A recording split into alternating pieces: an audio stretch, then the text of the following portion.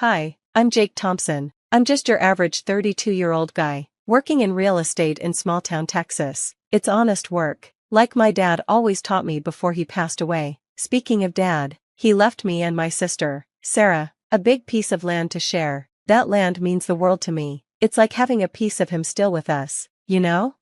Sarah is married to a guy named Mark. Let me tell you, Mark always has these half-baked, get-rich-quick ideas, and he's got a temper, too. They've been bugging me to sell my half of the land. They see dollar signs, but I see memories. Jake, think about the potential, Sarah would say, all excited, but I'd just shake my head. Sis, this land is our heritage. It's not for sale. Then Mark would jump in. You're holding us back, Jake. Don't you want your sister to be happy? Happy? More like broke, once Mark's latest scheme fails.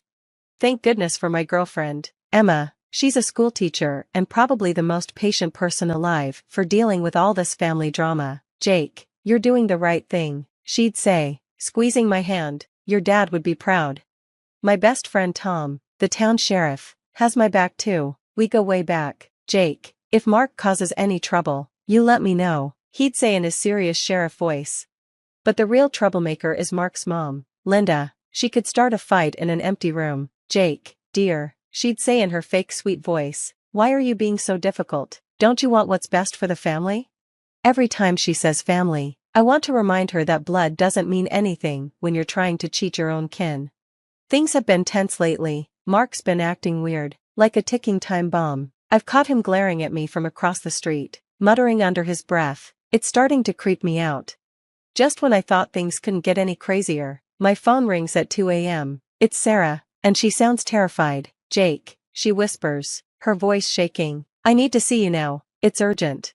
My stomach drops. What the heck is going on? I know it's not going to be good. I rush to meet Sarah at Mabel's diner, where we usually catch up. The place is almost empty at this hour. Just old Joe sitting at the counter with his coffee. Sarah's already there, hunched over a cup of coffee, her eyes red and puffy. Sarah, what's going on? I ask. I slide into the booth across from Sarah. She looks up, and that's when I notice a fading bruise near her eye. My heart sinks. Jake, I don't know what to do anymore, she chokes out. Mark, he hit me. It's not the first time.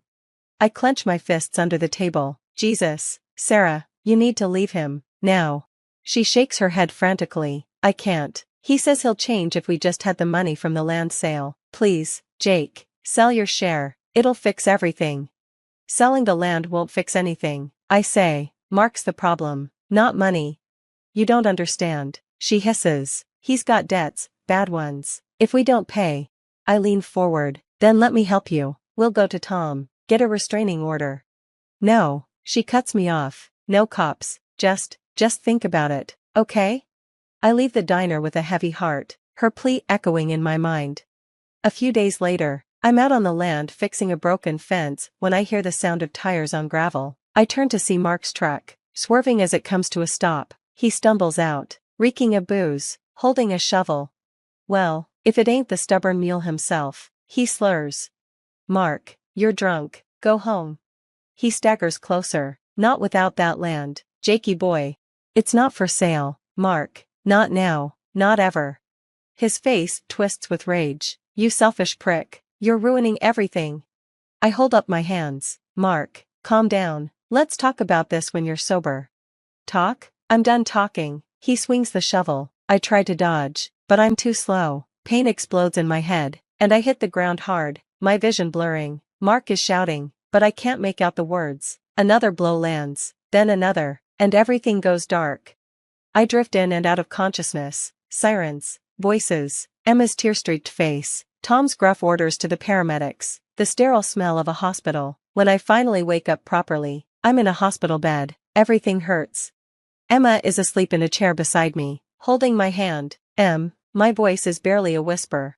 She jolts awake. Jake, oh thank God. She peppers my face with gentle kisses. Tom appears in the doorway, his face grim. Good to see you awake, buddy. How are you feeling? Like I got hit by a truck. What happened? Tom's jaw clenches. Mark, we found his truck near the scene. He's in custody. The memories flood back. Sarah, the land, Mark with the shovel. Jake, Emma says softly, what do you want to do? I close my eyes, feeling the weight of family ties and the need for justice fighting inside me. I don't know yet, but something's got to change. The hospital becomes my world for the next few weeks. Visitors come and go, but whispers follow them everywhere. Everyone's talking about Mark's attack, like I'm the star of some twisted reality show I never signed up for. One day, Sarah shows up, looking like she hasn't slept in weeks. "Jake, I'm so sorry," Sarah sobs. "I should have told you everything sooner." "Told me what?" I ask. She spills it all: Mark's abuse, his gambling debts, and the shady development deal he's been bragging about. "He swore if we got your land, all our problems would be solved." I scoff. "Yeah, his problems maybe." Just then, my phone buzzes. Another message from Mark: "Keep your mouth shut if you know what's good for you." I show Sarah, and her face goes pale. "Oh God, Jake, what have I done?" she whispers.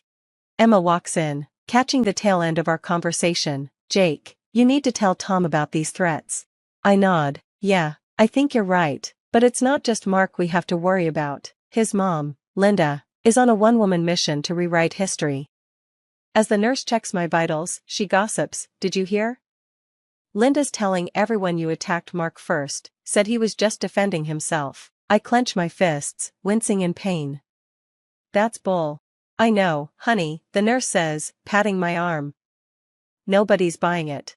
When I'm finally released from the hospital, the whole town is buzzing about a public meeting concerning the land development. Emma drives me there, her hand steady on my arm as we walk in. The place is packed.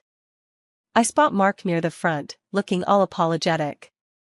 Linda is beside him, glaring at me. Mayor Johnson calls the meeting to order. "We're here to discuss the proposed development of the Thompson land." Mark stands up, looking like a kicked puppy. "Before we start, I'd like to say something." He turns to me. "Jake, I'm so sorry for what happened. I was out of my mind with stress. Can you ever forgive me?" The room goes silent. I can feel everyone's eyes on me. "Mark," I say, keeping my voice steady, "I appreciate the apology, but it doesn't change anything. The land's not for sale." Mark's face twitches.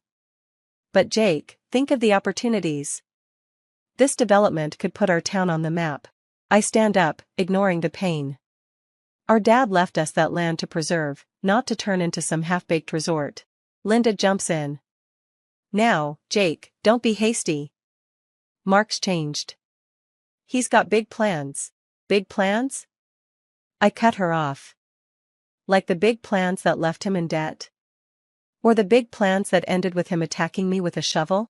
The room erupts in murmurs. Mayor Johnson bangs his gavel. "Order, please."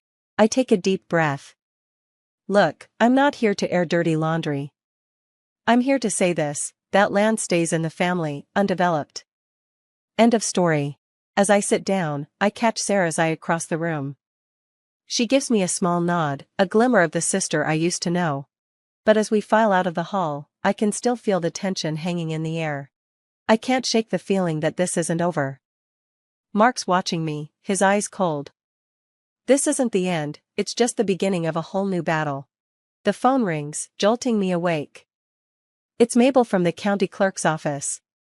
Her voice is shaking. "Jake, you need to get down here now.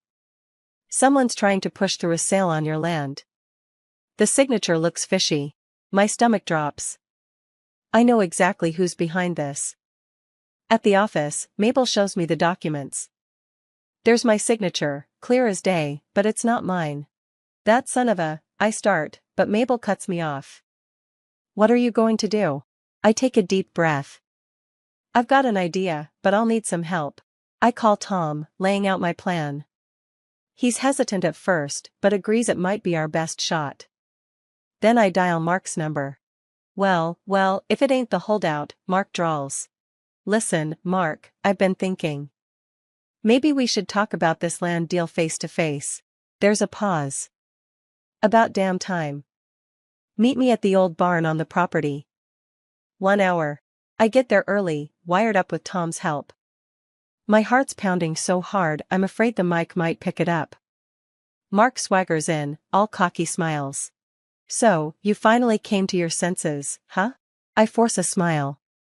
Yeah, well, times are tough. But before we do this, I've got to know, why'd you do it, Mark? The attack? The forged documents?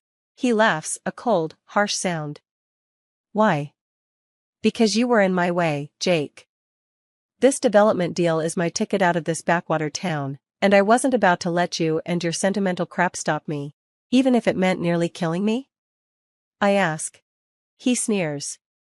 You should have seen your face when I swung that shovel. Thought that might knock some sense into you. And if this little chat doesn't work out, well, accidents happen, Jake. Especially out here, all alone. That's when Tom steps out from behind the barn door, his badge glinting in the sunlight. That's enough, Mark. You're under arrest. Mark's face goes from shock to rage in seconds. He lunges at me, but Tom's quicker, tackling him to the ground. As Tom cuffs him, I feel a mix of relief and sadness. This is family after all, or at least, it was. The arrest sends shockwaves through town. Turns out Mark's big development deal was all smoke and mirrors. His investors pull out faster than you can say fraud. A few days later, Sarah shows up at my door, her eyes red and rimmed with tears. Jake, I don't even know where to start. I'm so sorry for everything. I sigh, leaning against the doorframe. I know, Sarah. But sorry doesn't fix this. She nods, tears spilling over.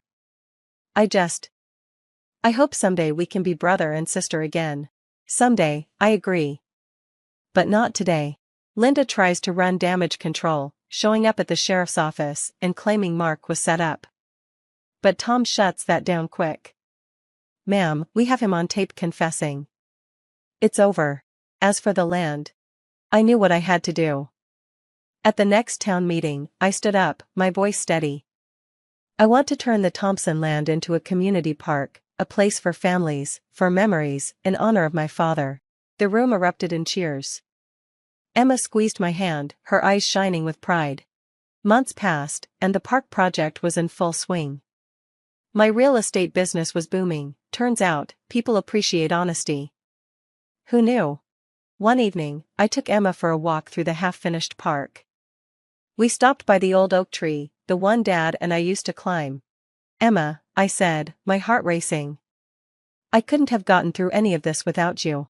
I dropped to one knee, pulling out the ring I'd been carrying for weeks. Will you marry me? Her eyes went wide, then crinkled with joy. Yes, 1,000 times yes. As we walked back, hand in hand, I reflected on everything that had happened. Mark was in prison, facing years for assault and fraud. Linda had become a pariah, her manipulative ways finally catching up to her. And Sarah, we were talking again, slowly rebuilding what was broken.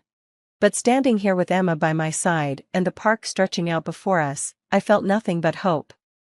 This land, this legacy, it's more than just acres and trees. It's a promise. A promise to live with honesty and to stand up for what's right, no matter the cost. Alright, folks, that's the end of my story. Now I've got a question for you. If you were in my shoes, would you ever forgive Sarah and try to rebuild your relationship with her? Or is some betrayal just too deep to come back from? Drop your thoughts in the comments below. I'm really curious to hear what you'd do in this situation. And hey, if you enjoyed this wild ride, why not hit that like button? It really helps out the channel. Oh, and if you want to hear more stories like this, go ahead and smash that subscribe button. Trust me, you won't want to miss what's coming next. Thanks for listening, y'all. Until next time.